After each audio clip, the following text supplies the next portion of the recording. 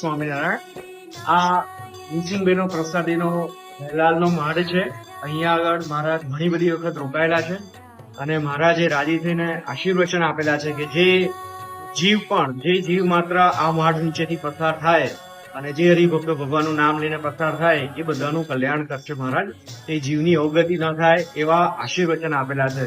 અને અહીંયા આ મેડી ઉપર પરમહંસોને દીક્ષા આપેલી છે. તો આ પ્રસાદીનો મહેવાલનો માળ.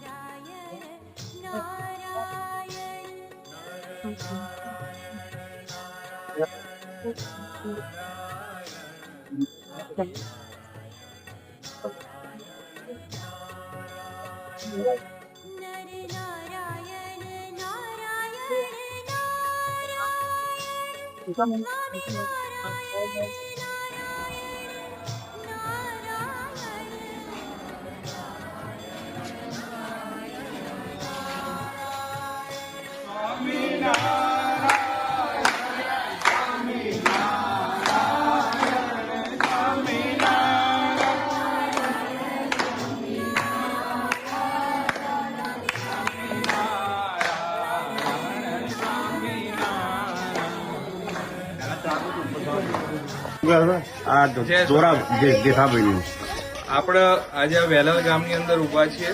આ સામે દેખાય એ જયસિંહભાઈનું ઘર છે. મહારાજ એ વખતે અહીંયા જે આ નવું બાંધકામ થયેલું મકાન દેખાય છે ત્યાં મહારાજ ગોળી બાંધતા હતા. એ વખતે મહારાજને ગોળી બાંધવાની ત્યાં જગ્યા હતી સંતાળી. મહારાજ આ ગામમાં 18 વખત પધાર્યા છે અને આ જયસિંહભાઈના જે કાકા બાપાના ભાઈઓના જે 18 ઘર હતા ત્યાં એક સાથે 18 ઘર થાળ જમેલા છે. જય સ્વામી. વૈરાગ્યો પડ્યા જયારે મહારાજ એવી કોની તાકાત છે કે તમને કે મહારાજ મારી એમ કઈ વખતભાઈ બોલું જે સાંભેલું ખરું ને એ સાંભેલું લઈને બહાર રાયના વૃક્ષો ઉભા રહ્યા. એ રાયના વૃક્ષો ઉભા રહ્યા અને પછી ત્યારે જયસિંહભાઈ આવ્યા કે કેમ બેન અહીં ઉભા રહ્યો એટલે કહ્યું કે મહારાજ પધાર્યા છે. અને મહારાજ જયારે પધારે એટલે ખબર પડે પછી એ પ્રસાદીનું એ સાંભેલું છે અને વખતબા અને જયસિંહભાઈ આ ગામના પ્રસાદીના મહારાજ વખતના ભક્તો હતા.